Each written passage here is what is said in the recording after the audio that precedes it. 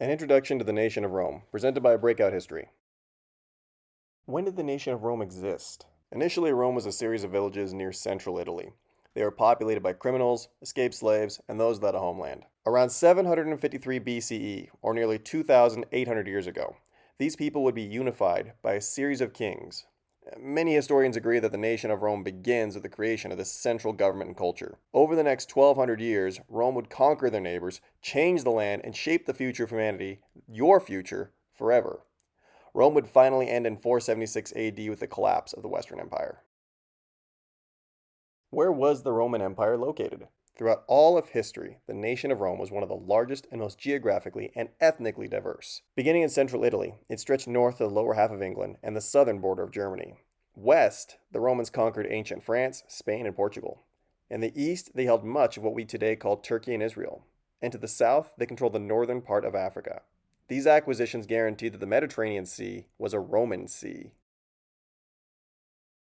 How it functioned. Throughout the history of Rome, they managed to experience three different types of governance. The first was monarchy. This can be referred to as the Age of Kings for the Romans. Under a monarchy, one person of wealth and power rises above the others to lead the nation. This person becomes the monarch or king of the land. Technically, they control the entire nation, but this is often achieved through their ability to influence and lead the other powerful and wealthy people of the nation. These men and women are often referred to as nobles. This type of politics leads to rivalries between the powerful, which causes men to do terrible things to stay in power. When Rome's era of kings ends, it is replaced by a more equitable system of governance known as the Republic, well, unless you were poor. Rather than allow a single man to possess all the power, in a republic, political power is spread among a larger group of people known as citizens. The wealth of Roman citizens could vary wildly, from owning no land and barely surviving to having vast estates spread across the nation. The influence of citizens also varied. For much of the Republic, it is only the patricians, those with the most wealth and greatest families, that are able to vote and influence the overall politics of Rome. It would be some time after the birth of the Republic that the plebeians, the poorest citizens, began to work their way into Roman government. In a republic, a citizen does not vote on every single issue that the nation faced. That's democracy.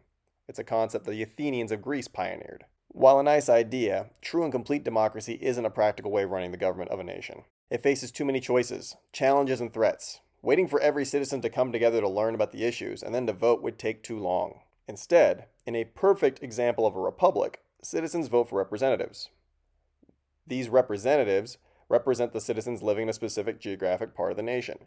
The citizens within this district are known as the constituents of that representative. Representatives share the issues of the nation with the citizens and their region, get their feedback, and then return to the capital of the country to vote on how their constituents wanted to deal with the issue.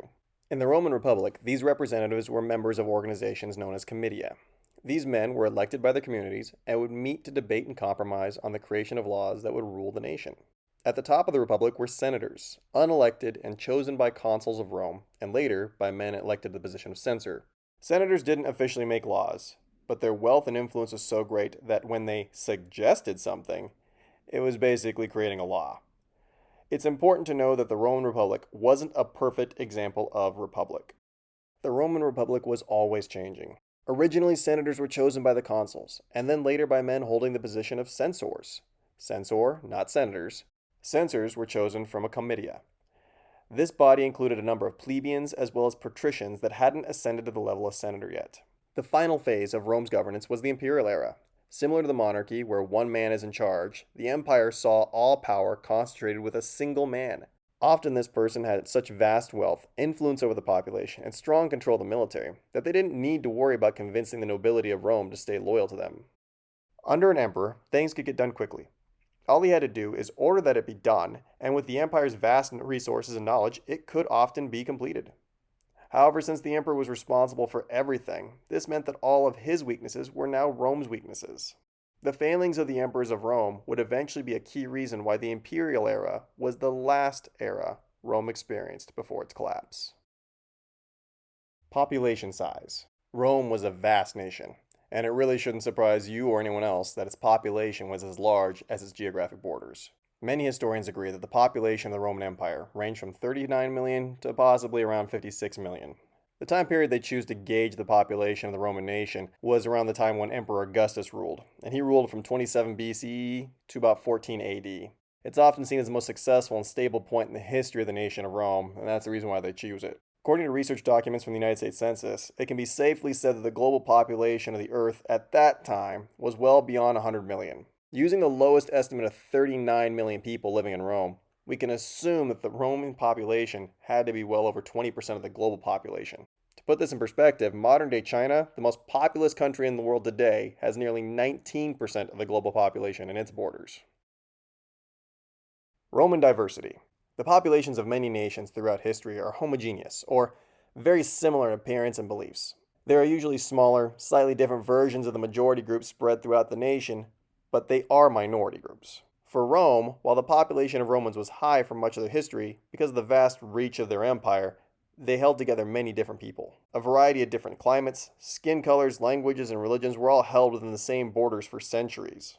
The Romans didn't appear to particularly care how the people within their nation ran their lives, so long as they paid their taxes, obeyed the Senate, and eventually the emperor, and didn't plot against the nation. In fact, the Romans would often adopt the culture and beliefs of the nations they conquered. The Greeks are a perfect example of this. Many Roman gods mirror those of the Greeks. Greek architecture, with its use of large pillars, can be seen throughout the Roman world. It's possible the Romans were more flexible with how they dealt with foreign ideas and people because they lacked a unified beginning. They descended from the nationless. Their first king was Romulus, who myth states was abandoned by his family and forced alongside his brother Remus to survive by suckling from a wolf who adopted them. Building off of that origin was another story, one that you are likely familiar with. The Battle of Troy is a Greek story, so famous throughout history that movies have been made about it. The Romans believed that the survivors of Troy, those few that escaped the massacre of the city by the Greeks, were actually the founders of what would eventually become the city of Rome. Their very origin story is borrowed from the stories of other people. So how does Rome affect modern society such as Europe? Geography, while many might find it boring, has incredible power over our lives. In the simplest ways, it shapes you physically. It dictates the type of climate you're accustomed to, the types of food you have easy access to, and even the people that you will interact with. And that's where it gets more complex. Those people create shared culture in the places that they live. That culture is then handed down to the children of that region, who will add to it as time goes on, and who will pass it on to their own children, and the cycle will repeat. When something as powerful as the Roman nation conquers an area, when it stays there for centuries, culture and geography essentially combine. This means that even after the government of a nation has collapsed, as Rome's did, the culture permeates the entire region. So what then is the legacy of Rome? It's that association with geography that gives Rome an impact that reaches us over 1,000 years after Rome collapsed. Rome's legacy directly affects your life today. That's a big statement, I know, but it's a true one. You likely never met your great-grandparents, but they had a direct impact on who you are. They raised, or in some cases didn't raise, your grandparents. This shaped who your grandmas and grandpas would become, the opportunities that they would have, and the type of parents they themselves would become. They then had your parents, and for better or worse, helped to create the situation your parents were in when they eventually had you. And you will do the same to your children. Oh, not gonna have children, you say? Think you've proved me wrong, huh? Well, every person you interact with is changed by you to varying degrees. You impact them, and so do your parents, grandparents, great-grandparents, and so on. Here's a perfect example. The Roman nation dominated Western Europe for 1,000 years. During that time, in an example of incredible irony, Rome spread Christianity, a religion whose founder it executed. It solidified Christianity in the lands that would eventually become Portugal, Spain, France, Turkey, and Italy. After Rome collapses, it is Christianity, in the form of the Catholic Church, which holds Western Europe together. It is under the Catholic Church that absolute monarchies rise to power in the nations of Europe. When the Renaissance begins in northern Italy, it is a rebirth of art, philosophy, literature, engineering, and science that hasn't been seen in Europe since the end of the Roman Empire. The absolute monarchs of Europe, all firm followers of one form of Christianity or another, take the lessons learned during the Renaissance and begin a period of exploration and colonization that will last for centuries. These nations will eventually control nearly every mile of land across our world, except for what Russia and China now occupy. In doing this, they spread their religious beliefs, making Christianity the largest religion in human history and the absolute dominant form of religion in the Americas. According to the Pew Research Center, there are easily over 600 million Christians of one version or another across all of North and South America. If you consider yourself to be Christian, this directly connects to you. If you aren't Christian or you aren't religious, then you've likely regularly interacted with Christians. Not only did the Europeans spread Christianity, they spread their languages. Spain, Portugal, and France all have languages that are derived from Latin, the language of Rome. These are known as the Romance languages. The French colonized the Louisiana region of North America, and to this day, French and variations of it are spoken there. They also colonized the Quebec area of North America, hence the reason why in parts of Canada, French is spoken. The southwestern portion of North America, nearly all of Central and South America, were conquered by the Spanish Empire. It's no wonder why Spanish is the main language in many of the nations and regions there. Brazil speaks Portuguese, because that region was conquered by Portugal. The islands of the Caribbean, Atlantic, and Pacific speak all of these languages depending on which European nations conquered them. Africa is no different. They too were colonized by the Europeans.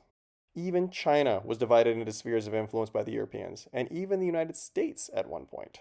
Wherever the Europeans went, they brought their culture and beliefs with them. Ideas that had originally been formed inside the Roman Empire.